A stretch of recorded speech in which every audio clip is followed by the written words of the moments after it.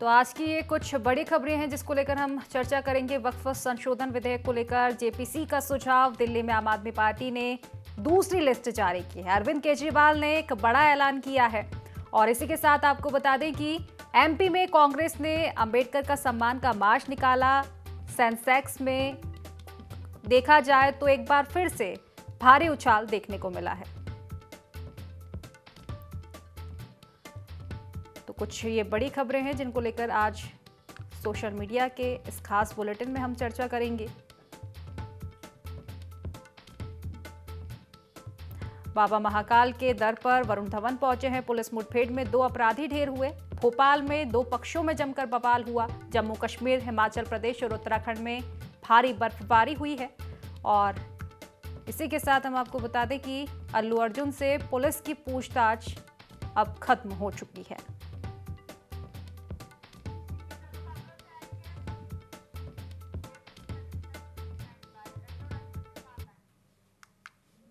नमस्कार, हमारा खास बुलेटिन सोशल मीडिया स्पेशल देख रहे हैं आप और मैं हूं आपके साथ खुशी व्यास। तो चलिए देरी किस बात की, सीधा रुख कर लेते हैं खास खबरों की ओर।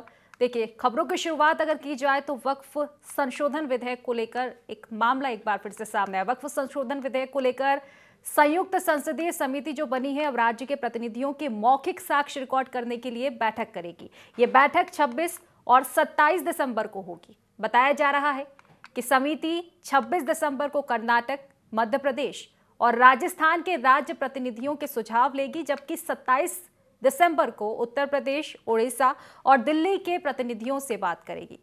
संसदीय समिति ने लखनऊ और राजस्थान से आए मुस्लिम प्रतिनिधियों से भी बात की है। इससे पहले बीते दिनों वक्फ को लेकर बनी संसदीय समिति ने ऑल इंडिया शिया पर्सनल लॉ बोर्ड के सदस्यों के साथ भी बैठक की थी। समिति ने विधेयक पर बोर्ड के विचार सुने। आपको बता दें कि वक्फ संशोधन विधेयक के लिए गठित समिति का कार्यकाल बजट सत्र 2025 के आखिरी दिन तक बढ़ाया गया है। लोकसभा में इस प्रस्ताव पर मंजूरी भी दे दी गई है। वहीं समिति को इस सप्ताह के अंत तक रिपोर्ट अब देनी होगी।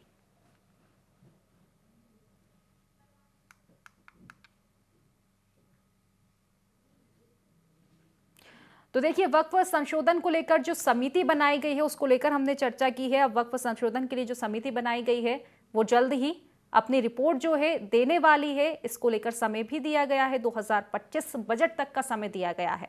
और इसी के साथ अब अगली खबर का रुख कर लेते हैं, जहां दिल्ली विधानसभा चुनाव के लिए आम आदमी पार्टी ने 20 उम्मीदवारों की दूसरी लिस्ट जारी कर दी है।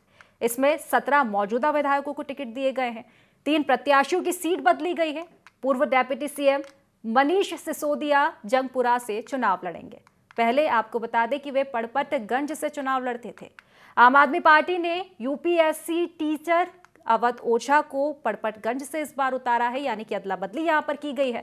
आपको बता दें कि ओझा ने 2 दिसंबर को ही पार्टी ज्वाइन की थी। चर्चित चेहरे में आम आदमी पार्टी ने तिमारपुर से मौजूदा विधायक दिलीप पांडे को भी टिकट दिया है। उनकी जगह 2 दिन पहले भाजपा से आम आदमी पार्टी में शामिल हुए सुरेंद्र पाल सिंह बिट्टू को उम्मीदवार बनाया गया।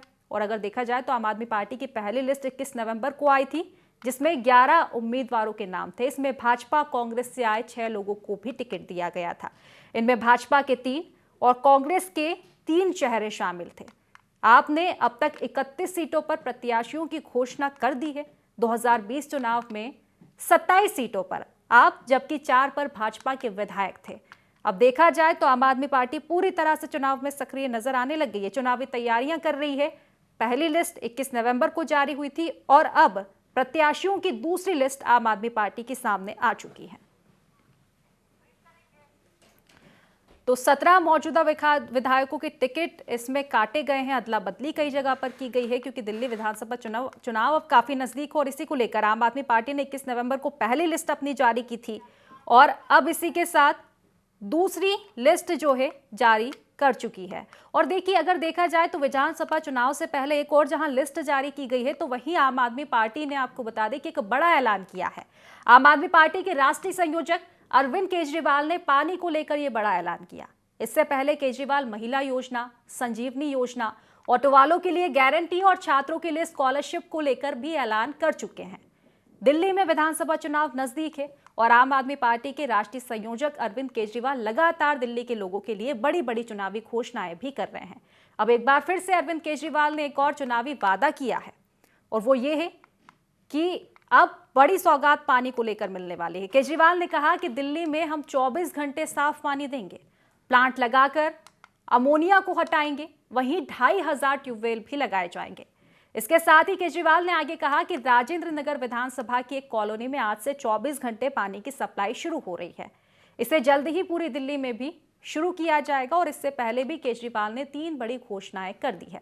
कुल मिलाकर देखा जाए तो विधानसभा चुनाव दिल्ली में नजदीक है, एक और प्रत्याशियों को उतारा जा रहा है, राजनीतिक समीकरण बनाए जा रहे हैं। दूसरी ओर लगातार एक के बाद एक बड़ी सौगातें अरविंद केजरीवाल दिल्ली की जनता को देते हुए नजर आ रहे हैं। एक बार फिर से बड़ी सौगात केजरीवाल ने दिल्ली की जनता को दी है। पीडीए फ्लैट्स पांडव नगर से दिल्ली में 24 घंटे साफ पानी, मीठा पानी, पीने का पानी के प्रोजेक्ट की शुरुआत हुई है। दिल्ली में 10 साल पहले जब अरविंद केजरीवाल जी दिल्ली के मुख्यमंत्री बने थे तो हमारा एक सपना था कि दिल्ली के हर आम इंसान को हर सुविधा मिलनी चाहिए, चाहे वो बिजली 24 घंटे हो, पानी हो, सीवर की सुविधा हो, बच्चों को अच्छे स्कूल हो, गली गली मोहल्ला क्लिनिक हो, अस्पताल हो। पिछले 10 साल से लगातार दिल्ली के आम लोगों को मूलभूत सुविधाएं देने पे काम किया है। आज दिल्ली में 24 घंटे बिजली आती है, आज दिल्ली में शानदार सरकारी स्कूल हैं, आज दिल्ली के गली गली में मोहल्ला क्लिनिक में शानदार फ्री इलाज मिलता है। पूरी दिल्ली के अंदर अब हमें जल्दी से अगले कुछ सालों के अंदर 24 घंटे पानी देंगे, साफ पानी देंगे। आप पूछोगे कैसे आएगा पानी, पानी कहां से लाओगे? मैं आप लोगों की जानकारी के लिए बता दूं, 2015 में जब हमारी सरकार बनी 900 एमजीडी पानी, एमजीडी मतलब मिलियन गैलन्स पर डे, 900 एमजीडी पानी दिल्ली में बनता था। हमने 100 एमजीडी ग्राउंड वाटर से, जैसे जो यमुना बहती है, यमुना के तट से हमने बोरवेल खोद खोद के 100 एमजीडी पानी और निकाला। अब हमने ये प्लान बनाया है कि दिल्ली को 24 घंटे पानी देने के लिए लगभग 1250 एमजीडी पानी चाहिए। हमने प्लान बनाया है 1400 एमजीडी पानी हम बनाएंगे। तो अब हमने प्लान बनाया है 2500 ट्यूबवेल बनाएंगे। हमने कहाँ कहाँ ट्यूबवेल लगाने हैं उसकी भी लोकेशन ढूंढ ली है। 2500 ट्यूबवेल बना के हम 200 एमजीडी पानी और एक्स्ट्रा ट्रांस यमुना से लेके आएंगे। यमुना पार से 200 एमजीडी पानी एक्स्ट्रा वहां पे हम ट्यूबवेल लगाएंगे, ट्यूबवेल से पानी निकालेंगे। पानी का पहले डीएमोनाइजेशन प्लांट में अमोनिया साफ करेंगे, फिर उसकी हार्डनेस साफ करेंगे आरओ से, और उस पानी को आपके यूजीआर में ले जाके आपके घर तक पहुंचाएंगे। तो देखा जाए तो संसद का जो शीतकालीन सत्र था वो तो खत्म हो चुका, लेकिन जिस तरह से मुद्दों की गूंज रही, जो कुछ बवाल हुआ, उसकी गूंज अभी भी सुनाई दे रही है। केंद्रीय गृह मंत्री अमित शाह की संविधान निर्माता डॉक्टर भीमराव अंबेडकर पर की गई टिप्पणी का विरोध मध्य प्रदेश में एक बार फिर से देखने को मिला। कांग्रेस ने सम्मान मार्च निकाला इसको लेकर। भोपाल में पूर्व CM Digvijaya Singh, PCC chief Jitu Patwari, विधायक आरिफ मसूद, आतिफ वकील समेत कई नेता इसमें शामिल हुए। बाकी जिलों में लोकल नेताओं ने इसका नेतृत्व किया। इस मौके पर पीसीसी चीफ जीतू पटवारी ने कहा कि बीजेपी संविधान दलित विरोधी और अंबेडकर विरोधी है। अमित शाह ने जो कहा वो बीजेपी की सोच को प्रदर्शित करता है। आरएसएस ने 50 साल तक देश का झंडा अपने मुख्यालय पर नहीं लगाया था। भाजपा के लोग बार बार बाबा साहेब अंबेडकर के संविधान को समाप्त करने की बात मुखरता से कह चुके हैं। तो देखिए, संसद के सत्र में जो एक बयान आया था अमित शाह का, उसको लेकर बवाल जो है अभी तक देखने को मिल रहा है। मध्य प्रदेश के अलावा अगर देखा जाए तो देश भर में इसको लेकर तरह तरह के बवाल कांग्रेस ने किए थे। अब एक बार फिर से मध्य प्रदेश में इसकी झलक देखने को मिली। मध्य प्रदेश में अगर देखा जाए तो कांग्रेस ने सम्मान मार्च निकाला है, जिसमें कांग्रेस के तमाम नेता कार्यकर्ता मौजूद रहे, सम्मान मार्च में शामिल हुए। जीतू पटवारी खासतौर पर उन्होंने एक बार फिर से बीजेपी को लेकर तंज कसा और तमाम तरह के उन्होंने आरोप भी लगाए हैं कि संविधान और बाबा अंबेडकर का सम्मान बीजेपी ने कभी किया नहीं है। कई बार इस तरह की मुखरता से वो बात भी कह चुके हैं। सीधा नजर डाल लेते हैं एक बार शेयर मार्केट पर। और अगर शेयर मार्केट को लेकर हम चर्चा करें तो देखिए, आज सेंसेक्स 100 अंक से ज्यादा की तेजी के साथ 78,640 के स्तर पर कारोबार कर रहा है। निफ्टी की अगर हम बात करें तो निफ्टी में 30 अंक की तेजी देखी गई। ये 23,780 के स्तर पर कारोबार कर रहा है।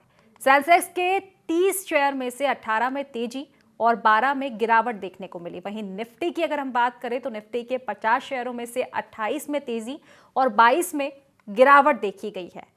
एनसी सेक्टोरल इंडेक्स में ऑयल एंड गैस सेक्टर सबसे ज्यादा 0.83% तेजी के साथ कारोबार कर रहा है।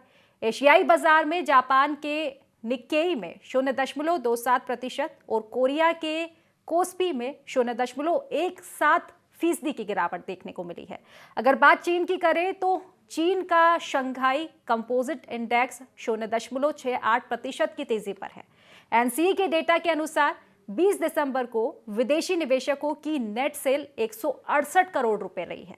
इस दौरान घरेलू निवेशकों ने 2,227 करोड़ के शेयर भी खरीदे। सेंसेक्स में भारी उछाल कुल मिलाकर देखा जाए तो देखने को इस बार मिला है और तमाम ये जानकारी हम आपको शेयर मार्केट से जुड़ी इस बार बता रहे हैं।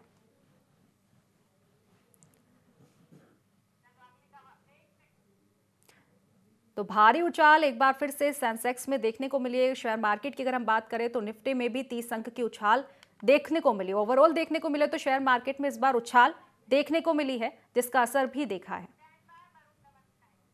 तो देखिए, बॉलीवुड के जो मशहूर अभिनेता वरुण धवन अपनी जानी मानी फिल्म बेबी जॉन की पूरी टीम के साथ महाकाल मंदिर पहुंचे। उन्होंने महाकाल के दर्शन किए। आपको बता दें कि पूरी टीम ने भस्म आरती में शामिल होकर बाबा महाकाल का आशीर्वाद लिया। वरुण धवन के साथ कीर्ति सुरेश, वामिका गब्बी, प्रिया एटली, मुराद खेतानी और कालिस भस्म आरती में शामिल हुए। इस मौके पर वरुण धवन ने कहा कि बाबा महाकाल के दर्शन करके बहुत ही अच्छा उन्हें लगा है। यहाँ का माहौल बहुत ही पवित्र है और हमें पूरा विश्वास है कि बाबा महाकाल का आशीर्वाद हमारे साथ रहेगा और हमारी फिल्म बेबी जॉन को दर्शकों का खूब प्यार भी मिलेगा। तो देखिए, आपको बता दें कि फिल्म बेबी जॉन कल रिलीज होने जा रही है और इससे ठीक पहले वरुण धवन पूरी टीम के साथ उज्जैन पहुंचे, महाकाल मंदिर पहुंचे। उन्होंने बाबा महाकाल के दर्शन किए। अपनी फिल्म की सफलता के लिए उन्होंने प्रार्थना भी की है। और इस दौरान जिस तरह से वरुण धवन का कहना था कि उन्होंने बाबा के दर्शन किए, उन्हें उज्जैन आकर बहुत अच्छा लगा है और उन्होंने अपनी आने वाली फिल्म यानी कि जो कल रिलीज होने वाली है बेबी जॉन फिल्म, उसके लिए उन्होंने प्रार्थना भी बाबा महाकाल से की है। तो देखिए, बाबा महाकाल का आशीर्वाद लेने के बाद वरुण धवन ने क्या कुछ कहा, उस पर एक नजर डालते हैं। अच्छा अनुभव रहा। पंडित जी ने बहुत अच्छी आरती कराई और जिस तरीके से, जिस श्रद्धा से ये लोग आरती करते हैं, लोगों का ख्याल रखते हैं और प्रार्थना करते लोग, बहुत ज़्यादा अच्छा लगा। दिल में एक बहुत अच्छी सी फीलिंग जागी उठी है बस। तो चलिए अब बड़ी नजर डाल लेते हैं बड़ी कार्रवाइयों पर। लखनऊ और गाजीपुर पुलिस ने अलग अलग मुठभेड़ में 2 अपराधी को मार गिराया है। दोनों आरोपी राजधानी लखनऊ में इंडियन ओवरसीज बैंक में हुई लूट के कथित आरोपी थे।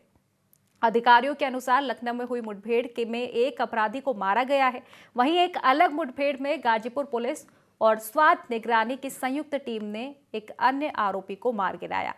आपको बता दें कि आरोपी पर 25,000 रुपए का इनाम भी घोषित था। आरोपी के पास से एक पिस्तौल और इसी के साथ 35,500 रुपए भी बरामद किए गए हैं। अपराधियों ने बैंक के बगल की खाली जमीन से दीवार तोड़कर बैंक में देखा जाए तो घुसपैठ की थी। बैंक के लगभग 40 लॉकर से उन्होंने सामान लिया था और मौके से फरार हो गए थे।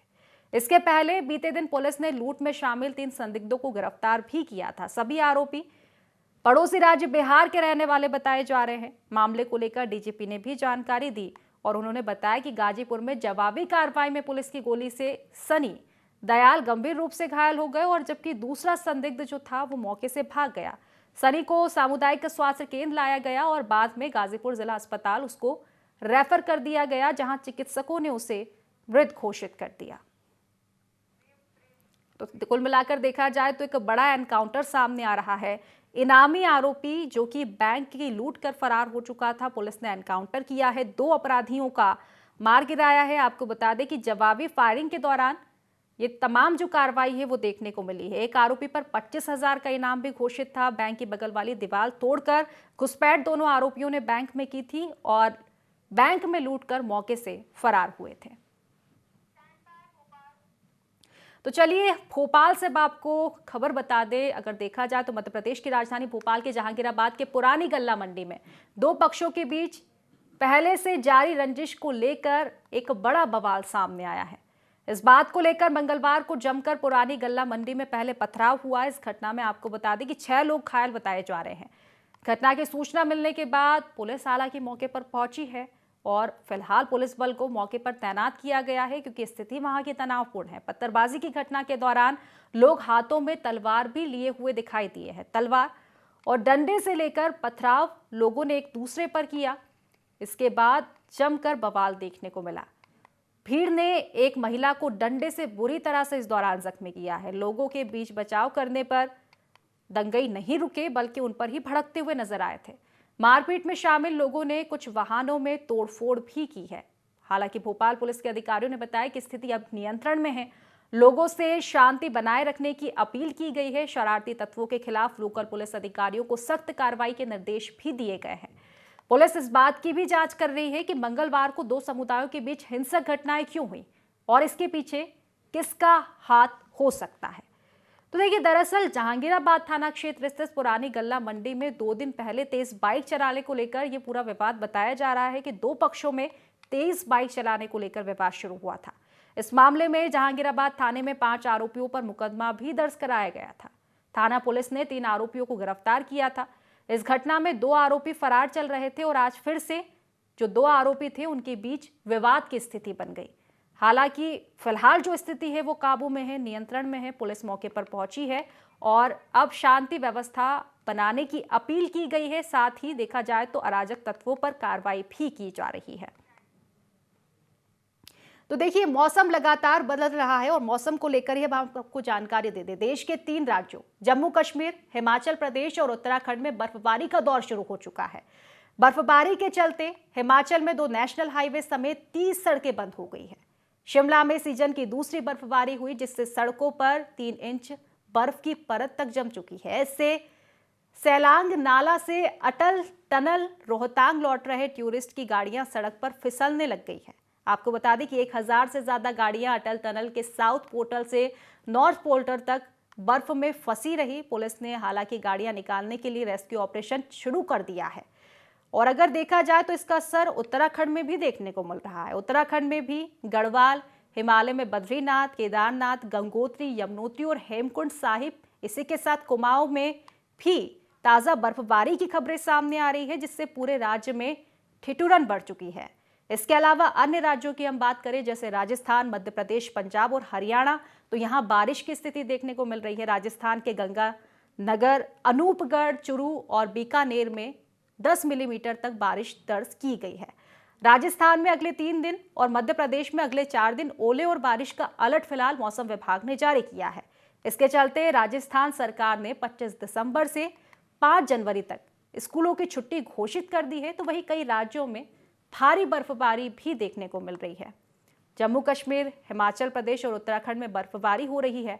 शिमला में सड़कों पर 3 इंच तक बर्फ देखने को मिल रहा है। कुल मिलाकर देखा जाए तो अब मौसम पूरी तरह से ठंड का ठिठुरन में बदल चुका है। बर्फबारी कई राज्यों में हो रही है जिससे देखा जाए तो ठंड और भी बढ़ चुकी है। पारा नीचे गिर चुका है। लेकिन जिन क्षेत्रों में बर्फबारी नहीं हो रही जैसे मध्य प्रदेश, राजस्थान, यहां मौसम विभाग ने फिलहाल 3 से 4 दिन बारिश का अलर्ट जारी किया है। तो देखिए, अब चर्चा हो रही है बजट पर। मोदी सरकार के तीसरे कार्यकाल का पहले दूसरा बजट 1 फरवरी को पेश किया जाएगा। इस कड़ी में अब लगातार बैठकों का सिलसिला शुरू हो चुका है। आज प्रधानमंत्री नरेंद्र मोदी अर्थशास्त्रियों और सेक्टर विशेष के एक्सपर्ट्स की बैठक कर रहे हैं। बैठक में वित्त मंत्री निर्मला सीतारमण और नीति आयोग के उपाध्यक्ष सुमन बेरी भी मौजूद है। इसके अलावा देखा जाए तो पॉलिसी थिंक टैंक के अन्य सदस्य भी बैठक में नजर आ रहे हैं। दरअसल बजट से पहले हमेशा तमाम एक्सपर्ट्स की राय जो है ली जाती है, उसके बाद बजट को पेश किया जाता है और इसी कड़ी में पीएम मोदी अर्थशास्त्रियों और एक्सपर्ट से चर्चा कर रहे हैं, वार्तालाप कर रहे हैं। पीएम मोदी इकोनॉमी को रफ्तार देने के लिए विकल्पों पर विशेषज्ञ से बातचीत कर रहे हैं, उनकी सलाह ली जा रही है। आपको बता दें कि वित्त मंत्री निर्मला सीतारमण 1 फरवरी को लोकसभा में बजट 2025-26 पेश करने वाली है। 20 दिसंबर को वित्त मंत्री सीतारमण ने राज्यों और केंद्र शासित प्रदेशों के साथ बजट पूर्व परामर्श बैठक की अध्यक्षता की। पंजाब और केरल जैसे वित्तीय रूप से संकटग्रस्त राज्यों के वित्त मंत्रियों ने सरकार से राहत की मांग की है। और इसी के साथ अभी चर्चाओं का दौर शुरू हो चुका है, क्योंकि 1 फरवरी 2025 को बजट आएगा। बजट में किन लोगों को सौगातें दी जाएगी, क्या क्या कुछ खास होगा, इससे पहले तमाम अर्थशास्त्रियों के साथ प्रधानमंत्री नरेंद्र मोदी बैठक कर रहे हैं और चर्चाएं कर रहे हैं। तो देखिए, मध्य प्रदेश की राजनीति पर अगर हम नजर डालें तो मध्य प्रदेश के पीसीसी चीफ जीतू पटवारी एक बार फिर से विवाद में घिरे हुए नजर आए हैं। इस बार उन पर बाबा साहब का अपमान करने का आरोप है।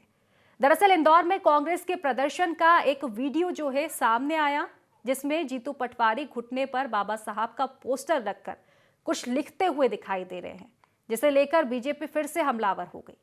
बीजेपी के वरिष्ठ नेता डॉक्टर नरोत्तम मिश्रा ने कहा कि जीतू पटवारी ने बाबा साहब की तस्वीर घुटने पर रखकर उनका अपमान किया है। बाबा साहब का अपमान करने की कोशिश कांग्रेस नेहरू जी के समय से कर रही है। कल जिस तरह से कांग्रेस के प्रदेश अध्यक्ष ने बाबा साहब की तस्वीर को घुटनों पर पैरों पर रखकर अपमान किया है, सच में मन पीड़ा से भरा। ये बाबा साहब के अपमान करने की नेहरू जी के समय से कोशिश चल रही है कि कैसे भी उस मर्म पर चोट करे और ये माने कि ये संविधान भी नेहरू गांधी खानदान के द्वारा ही आया था, इसलिए उन्हें बाबा साहब को भारत रत्न नहीं दिया गया। यही कारण था कि उन्हें चुनाव में हरवाया गया। उनके खिलाफ चुनाव प्रचार करने खुद नेहरू जी गए और वो जो संस्कृति चली आ रही थी वही कल जीतू पटवारी जी ने सार्वजनिक भीड़ भरे स्थान पर करके किया, जानबूझ के किया। कल मैंने उनका एक ट्वीट भी देखा, सुना भी। माननीय अमित शाह जी के बारे में कह रहे थे वो। अब कहाँ अमित शाह जी, कहाँ जीतू पटवारी जी। कोहनी पे टिके लोग, खूंटी पे टंगे लोग, बरगद की बात करते हैं गमले में लगे लोग। ये जीतू पटवारी जी, जो आपकी भाषा थी ना, ये इटालियन मवालियों की भाषा थी। ये इतावली भाषा को अच्छी तरह से समझते हैं आप, ध्यान रखना। पूरी कांग्रेस को तड़ी का पार कर दिया देश से माननीय अमित शाह जी ने। कहाँ अमित शाह जी, कहाँ आप, कहाँ राम राम, कहाँ टेंटे। और इसलिए आपका चरित्र कल लोगों ने देख लिया। अब आप कोई भी स्वांग रचिए अंबेडकर जी का, लोगों ने अपनी आंख से देखा है, कानों से नहीं सुना है। तो फिलहाल हमारे सोशल मीडिया के इस खास बुलेटिन में बस इतना ही। आप बने रहिए IND24 के साथ। नमस्कार।